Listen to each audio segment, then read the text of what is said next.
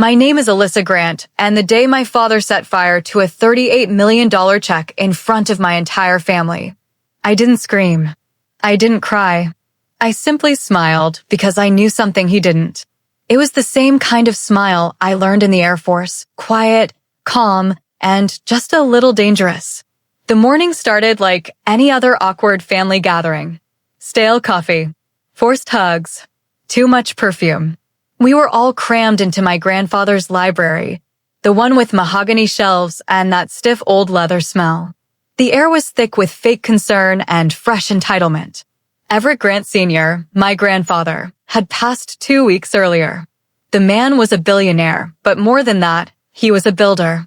Of empires. Of discipline. Of people. He built me. I sat toward the back of the room in a plain black dress. No jewelry. No statement bag. Just presence, something my family had always underestimated. My younger sister Vanessa, in contrast, was glowing like it was her wedding day. Designer heels, fresh blowout, crocodile clutch. You'd think she was about to inherit a fashion empire, not a Tyndall reading. My parents, Charles and Loretta Grant, sat in front, posture perfect, as if money would reward good behavior. When the attorney, Mr. Townsend, opened the sealed envelope, you could feel everyone's breath tighten. The room went still. To my granddaughter, Alyssa Grant, he read aloud, who reminded me more of myself than anyone else ever did. Everyone turned to look at me confused. I leave her $38 million in unrestricted funds, plus exclusive rights to my pending real estate ventures on the West Coast. You could have heard a pin drop. Then, snap. My father stood up, shaking. Absolutely not, he said, reaching for the envelope. She hasn't even been around. She was too busy playing soldier halfway across the world. Veteran, I corrected quietly. I was defending the country while you were hosting champagne parties. And that's when he did it. Without hesitation, Charles grabbed the oversized check from Townsend's hand, pulled a silver lighter from his blazer pocket, and whoosh, he set it ablaze. The flame curled around the edges as the smell of burning ink filled the room. My mother gasped. Vanessa blinked in shock. But I watched. Silent. Still. Smiling. Because what they didn't know, what my grandfather had really left me, was still sitting in my purse. A second envelope. Signed. Sealed. Waiting. He knew they'd try something. He planned for it. And now, so would I. I didn't leave the while reading immediately. I stayed. Watched them pretend nothing had happened. Like $38 million going up in flames was a minor inconvenience. Vanessa scrolled through her phone, clearly already browsing luxury vacation homes. My mother tried to calm my father, whispering sharp little nothings through gritted teeth. And Mr. Townsend just quietly gathered his papers, like this was all part of the job. I waited until the room emptied out. Then I approached him. There was more, wasn't there? He didn't look surprised. Instead, he reached into his briefcase and pulled out a small, cream-colored envelope with my name written in my grandfather's unmistakable handwriting. He told me to give you this only if Charles reacted. Poorly. I almost laughed. Poorly didn't even begin to cover it. I left the estate and drove to the only place I trusted with secrets. The small lakeside cabin Grandpa Everett and I used to fish from every summer. There, with the door locked and the world shut out, I opened the envelope. Inside were 4 things. A handwritten letter, a copy of his living trust, a USB drive, and a notarized page titled, Contingency Plan, in case they turn on you. The letter began, My dear Alyssa, if you're reading this, your father has done something truly stupid. I always feared his greed would swallow his common sense. But I knew you would never need to scream to be heard. That's why I didn't just leave you money. I left you leverage. I read every word like it was sacred. The letter detailed how my grandfather had created a second trust in my name, hidden from public records, but perfectly legal, executed through an offshore account and overseen by his most trusted attorney, Clara Boone, a retired JAG officer and lifelong family friend. The USB? It contained video footage of his final will signing. In it, he clearly named me as the primary heir to not only funds, but the legacy real estate arm of the Grant empire. It also included voice recordings, his suspicions about my father's intentions, and notes from private investigations. He'd known this betrayal was coming. He just didn't know when. But he prepared me. I didn't cry. Not because it didn't hurt, it did. But because I'd been given something more powerful than sympathy. Proof. And with it, options. The next morning, I made 2 calls. First, to Clara Boone, who picked up on the first ring. I was wondering when you'd call, she said. Your grandfather said you'd need me, and that when you did, you'd be ready to fight smart. Second, I called my landlord and gave my notice. Because I wasn't just fighting for what was mine anymore. I was coming home to take it all back. Clara Boone didn't waste time. Within hours of my call, she had arranged access to my grandfather's old legal archives, tucked away in a quiet 3rd-floor storage office inside one of the older Grant and Grant Holdings buildings. No cameras, no staff, no distractions. It felt like entering a tomb no one had dared disturb. If they tried to erase you, Clara said, the forgery will be somewhere in here. I looked around at rows of unlabeled boxes, old filing cabinets, and dusty records. She wasn't being dramatic. My own name had vanished from multiple public documents over the last 2 years, including business records where I was once listed as co-founder of our green real estate wing. And now it made sense why. They had planted ghost documents, altered paperwork to make it look like I never existed inside the Grant legacy. We worked late into the night, side by side, opening box after box. The air smelled like aged paper and betrayal. Finally, around 1:30 a.m., Clara froze. Found it. She pulled out 2 copies of a shareholder registry from 3 years ago. One showed me listed as holding 17% equity in Grant Eco Developments. The second, filed just 3 months later, had my name completely removed, with my father and Vanessa's holdings adjusted to absorb mine. Both pages looked official. Both were signed by someone claiming to be me. But the signature? It wasn't mine. Clara whistled low. This isn't just inheritance manipulation. This is felony-level fraud. The fake signature had been notarized using a now-retired official. We tracked him down through Clara's connections. He remembered the visit. It was your sister and father, he said. Said you couldn't be there and had authorized them. They even had a letter, which I assumed was real. He looked sick when Clara explained it wasn't. I notarized a lie, he whispered. They told me you were out of the country, that you didn't care about the business anymore. I smiled softly. They've been saying that about me my whole life. But now I had documents, witnesses, legal leverage, and I wasn't going to fight them with rage. I was going to use evidence. I was going to use truth. And by the time I was done, my father wouldn't just regret burning that check. He'd regret ever underestimating me. Clara was silent for a full minute after the call ended. The notary statement had confirmed our worst fear. This wasn't just a shady business move. This was a systematic erasure.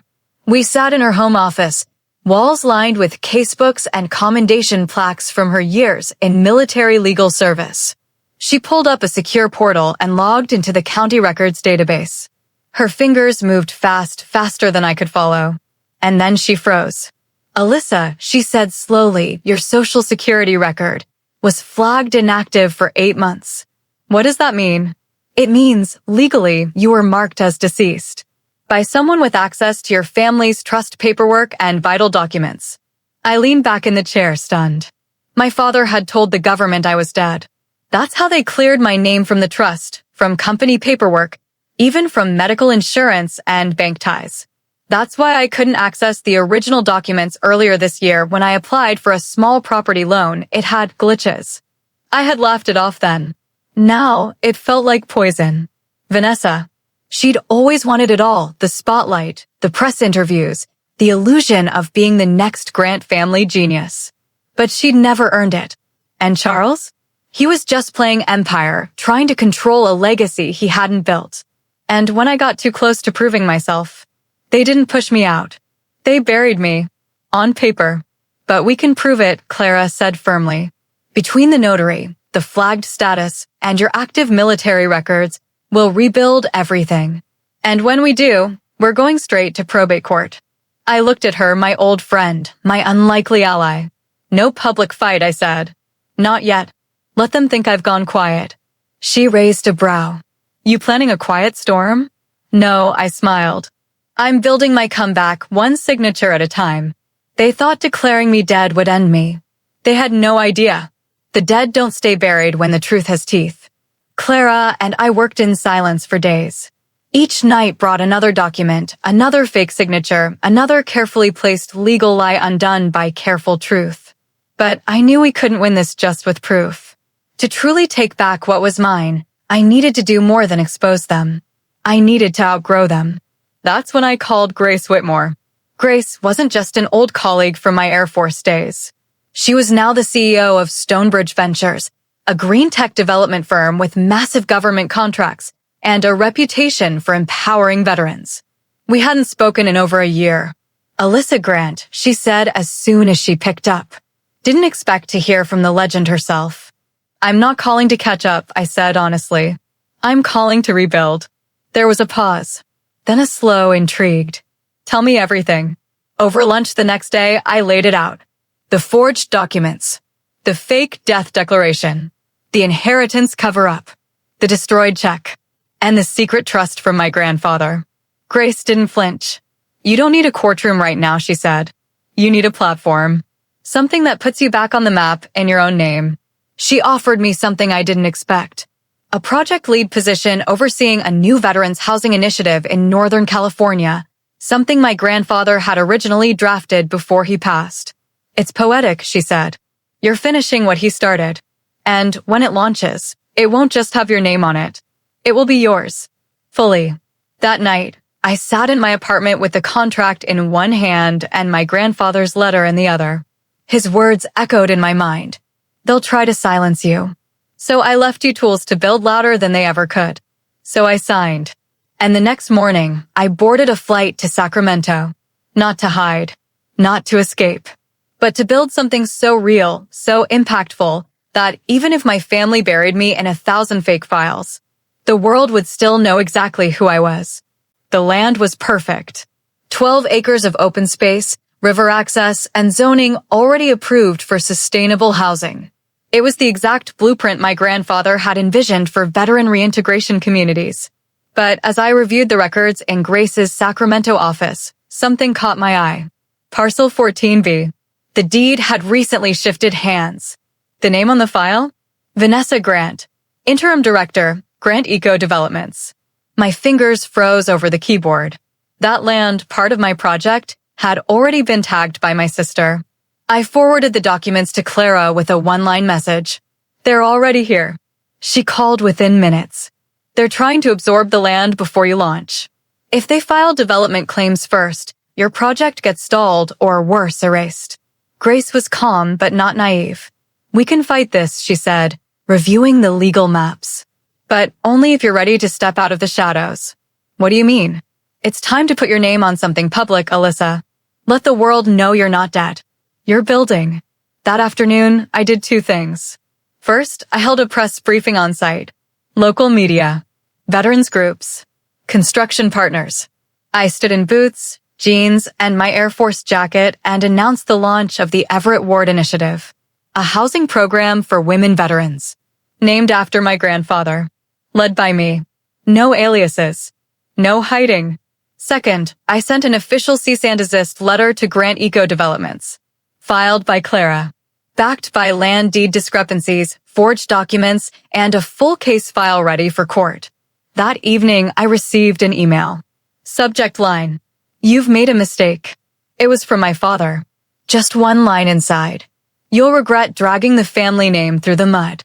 I stared at the screen for a long time, and then I replied, No, you'll regret thinking I wouldn't rise from the ashes. The cease and desist worked temporarily. Vanessa's team pulled out of Parcel 14B, but they didn't stop.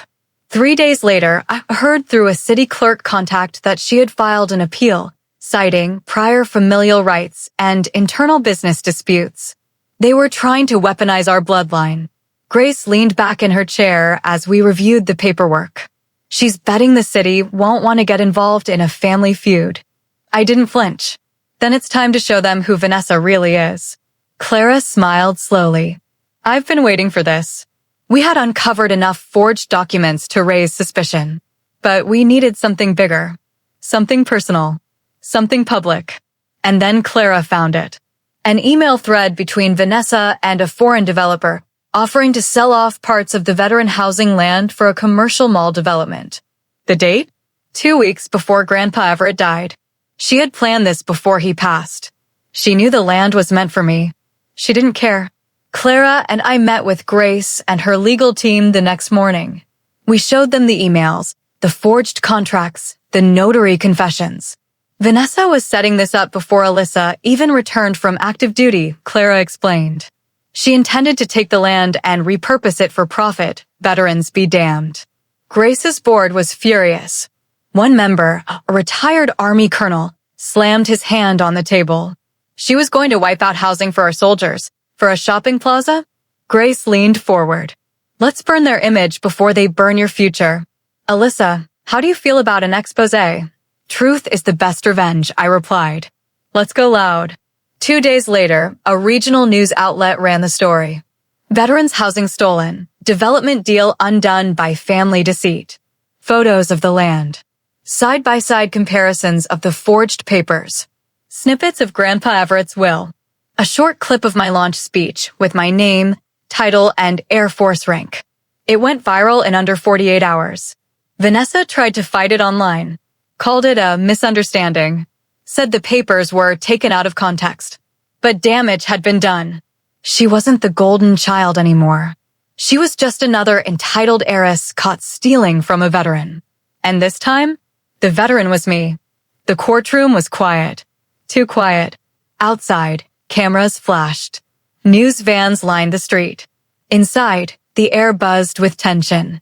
Not because this was just a business hearing, but because it was the first public clash between a billionaire family's heir and the daughter they tried to legally erase. And now, that daughter had returned with fireproof evidence. The judge, a stern woman in her 60s with a military background of her own, reviewed our filings with a practiced eye. Opposite me sat my father, Charles Grant. Tailored suit, cold stare. Still convinced his power could bend truth. Vanessa sat next to him, her eyes hollow. Her usual shine dulled by public shame. Clara presented our case with surgical precision. The forged shareholder documents. The notary's affidavit. The video of my grandfather's will. The flagged death certificate. And the emails of Vanessa's development deal. Each exhibit burned through their lies like wildfire. The defendants knowingly conspired to remove Ms. Alyssa Grant from her rightful inheritance, Clara said calmly. They fabricated legal documents, impersonated her signature, and filed her as deceased, all to claim control of a trust she was clearly awarded. The judge turned to my father. Mr. Grant, how do you plead? Everything was done in the interest of the family, he replied. My father was not of sound mind near the end. Alyssa, she was estranged. Clara rose before the judge could respond. We have 12 video logs from the last 6 months of Everett Grant's life. In every one, he clearly identifies Alyssa as his successor and repeatedly expresses concern about Mr. Grant's interference. Silence. Then the judge nodded. Overwhelming evidence supports Ms. Grant's claims. Effective immediately, control of the Everett Trust reverts to her. Furthermore, I'm referring this case for criminal investigation into will tampering and document forgery. I didn't smile. I didn't need to, because in that moment, I didn't just win a legal battle. I reclaimed my name, my honor, my legacy, right there in a courtroom that once saw me as a ghost. The building looked the same. Polished floors, crystal light fixtures, the familiar gold G&G Holdings logo behind the front desk. But everything felt different. Because this time, I wasn't here to prove anything. I was here to lead. 3 weeks had passed since the court ruling, and in those 3 weeks I had received full access to all Grant Eco development records, a formal apology from the Board of Trustees, and a letter handwritten from one of my grandfather's closest advisors that read, Everett always said you had his spine. Now the world finally sees it. My first order of business? A full internal audit. I brought Clara on as Chief Compliance Officer, replaced 2 corrupt board members, and sent Vanessa a formal notice. She was being removed from all decision-making roles pending ethics investigation. She didn't contest it. She just vanished into silence, the kind that only comes when you realize the game is over. I stood in the executive boardroom, once my father's empire, and addressed the senior leadership team. This company was built on vision, discipline, and family, I said. Somewhere along the way, the meaning of family got twisted. But we're not here to settle scores. We're here to restore integrity. The room stayed quiet for a long beat. Then someone stood and started clapping. Then another. And another. Not out of obligation, but because they saw something they hadn't seen in years. Leadership without ego. Strength without cruelty. Vision with purpose. Later that day, I walked into my grandfather's old office. The leather chair still faced the skyline. On the desk sat a silver frame holding a photo of us, him in his gardening hat, me in my Air Force uniform. I ran my fingers along the edge. We did it, I whispered. But I wasn't done yet. The final move was still to come. Not in the boardroom. Not in court. But in legacy, something they could never steal. I could have stopped. I had the company, the name, the victory. But I hadn't come this far just to restore my title. I came to rebuild the kind of legacy my grandfather believed in, one built not on power, but on purpose. 6 months after the court ruling, we launched the Everett Grant Foundation for Veterans. Not a vanity charity. A fully funded, high-impact initiative to provide housing, education grants, and business mentorship to underserved veterans, especially women. We broke ground on the first housing village in Northern California, on the same land Vanessa tried to steal. And on opening day, I gave a speech in full uniform. No makeup. No theatrics. Just truth. They tried to burn what I was given. But what they couldn't destroy was what I built with my own hands. What I earned through silence, discipline, and fire. My father? He never returned to the company. The legal investigations drained his reputation. His pride turned into quiet disappearance. The empire he tried to steal now bore the name of the daughter he erased. Vanessa? She rebranded herself as a lifestyle consultant online. A hollow image with sponsored hashtags. But people remembered. The internet doesn't forget betrayal. One winter evening, Clara and I stood outside the foundation's headquarters, a modest brick building glowing with warmth and laughter inside. She sipped her tea and nodded toward the sign. Built by those who refused to stay silent. You know, she said, not every revenge story ends in destruction. No, I replied, some end in elevation. Weeks later, I received a letter. No return address. Inside, a check. $500,000. And one sentence handwritten. You proved me wrong. CG. It was from him. My father. Too late. But still, a glimmer of something that once was, or could have been. I didn't cash it. I framed it. Hung it in my office. Right beside the original burned check, or what was left of it. Because I didn't need his money. I never did. What I needed was to become exactly who I was meant to be. And I had. The envelope arrived on a rainy Tuesday. Unmarked. Plain. No return address. Just my name written in that unmistakable handwriting I hadn't seen in months. To Alyssa, open only when it's truly yours. E.g., my heart stopped. I remembered the day of the will reading when Mr. Townsend handed it to me quietly and said, he instructed me to give this to you only after you've reclaimed what's rightfully yours, not just legally, but emotionally. At the time, I tucked it away. But now, months later, after I had rebuilt the company, launched the foundation, and reclaimed my name, I knew. It was time.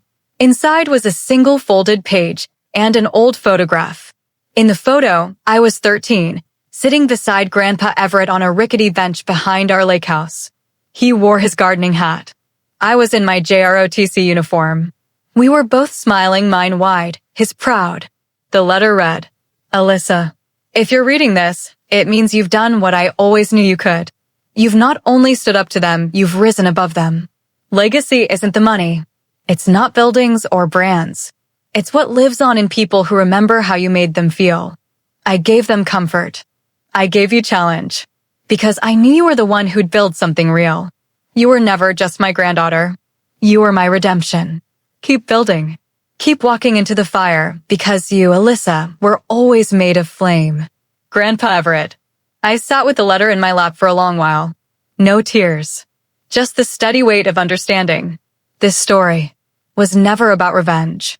It was about returning to who I was always meant to be. 3 years later, I stood beneath the sign outside the Everett Grant Veterans Campus, watching a group of young women walk through its gates. Most were in uniforms, some in wheelchairs. Others carried duffel bags and hesitant hope. Every single one of them had a story, just like I once did. The campus wasn't just a housing initiative anymore. It had grown into a living legacy. Business mentorship programs, on-site trauma counseling, legal services, a childcare center named the Eleanor Room after my grandmother, and a scholarship fund funded entirely by Grant Eco's redirected executive bonuses. This was no longer about my healing. It was about creating a space where others didn't have to fight the way I did, where they could rise without having to first be erased. One of my team members handed me the quarterly report. Profits were steady. Applications for mentorships had doubled. I smiled and tucked the paper away. The numbers didn't matter. What mattered was the sound behind me: laughter, conversation, purpose. What mattered was the voice of a young woman who approached me nervously and said, "Ma'am, you're the one who built this, right?" I nodded. She shifted, unsure, then asked, "How'd you do it?" "I mean, they tried to take everything from you." I looked her in the eye and answered softly, "They did. And that's why I built something they couldn't burn." I still get letters from my father sometimes. He asks how the foundation is going, if there's a place for him to contribute. I never reply, not out of bitterness, but because this story no longer needs him in it. His silence back then shaped me. And now, so does mine. The world knows my name now, not because I inherited it, but because I restored it. Not with fire, not with lawsuits, but with brick, breath, and vision. I didn't destroy the empire that betrayed me. I simply built one they could never enter.